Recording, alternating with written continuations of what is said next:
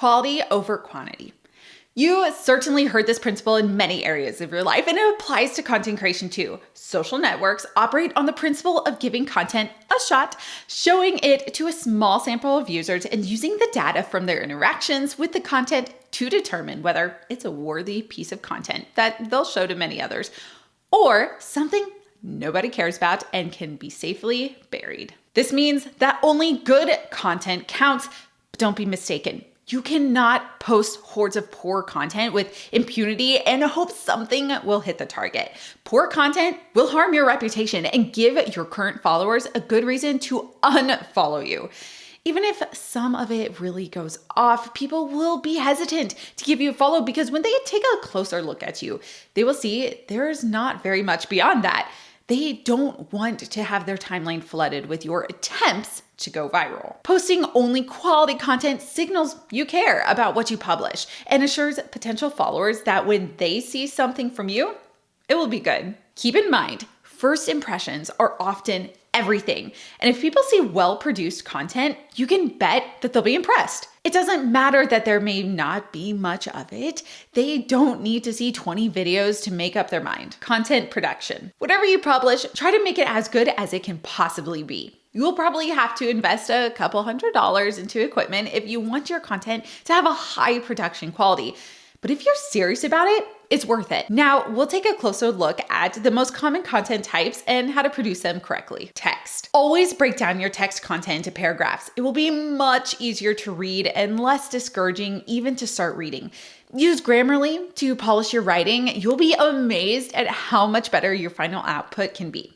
Don't use AI to write stuff for you. It produces generic content that lacks originality, and some people have already learned to spot it. Instead, use AI to give you inspiration on what to write about and help you refine your text. For example, rewrite the sentences that you want to improve or compress multiple sentences into one. Audio. If you're serious about podcasting or producing videos, a professional microphone is a no-brainer. You can get a very good one for $100, $150.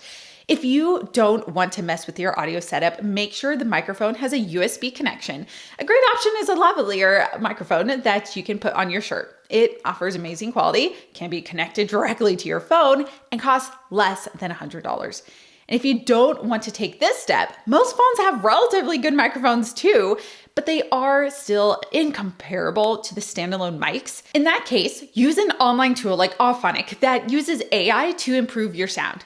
It works perfectly. Video. The biggest shock for anyone learning video production is finding out how important the light is. It can completely change the feel and the quality of the scene. We don't expect you to get a professional lighting set, so we recommend shooting your videos during daylight facing the window. If you want to give your videos a cinematic look, shoot at 24 FPS, which stands for frames per second, instead of the default 30 FPS.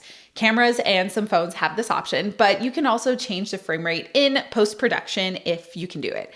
If you have ever wondered why movies look different than your videos, this is one of the reasons. A nice backdrop, the background that's behind you in the video, will also go a long way. The problem usually is the lighting of the backdrop. That's why many content creators use some ambient light in the background, like a lamp or an LED strip. Can you get away with just a phone?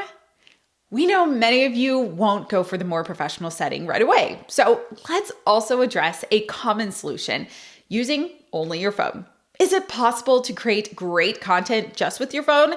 Yes, it is, but it will come with some limitations. First, it depends on what phone you have. The closer you are to the latest flagship model, the less of a limitation it'll be. And most people using only their phones are Gen Z influencers who use a selfie camera to record their videos.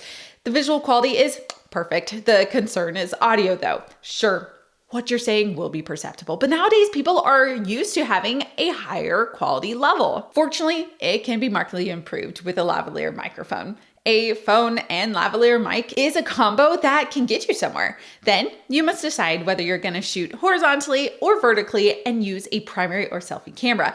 Primary cameras have a pretty wide angle, so if you go for it, make sure your backdrop is wide enough too. Post-production. If you want to produce your videos at a higher level, you'll have to include some post-production editing in your content creation process. There are many things you can do, so we'll cover just the most basic ones you should consider. Cuts. Cutting out the parts of the video you had to repeat or don't like will give you more control over the final output. With the emergence of short-form video content, cutting out the silent parts of the video, even if they're just a second or two, will make the videos more dynamic and allow you to squeeze in more information. Adding text and images. Flashing text or images on the screen will help you to better communicate your brand, show additional information, and encourage the audience to take a desired action. You should also consider having your personal brand logo on the bottom right or the bottom left during the whole duration of the video. Audio and video sync. If you'll be using an external microphone, you'll have to replace the original audio from the camera with the one from the mic. This is called audio and video synchronization, and you can look up tutorials on how to do it with the software that you have access to. Keep in mind, to align your content with your personal brand, use the same fonts, colors, and graphic design elements.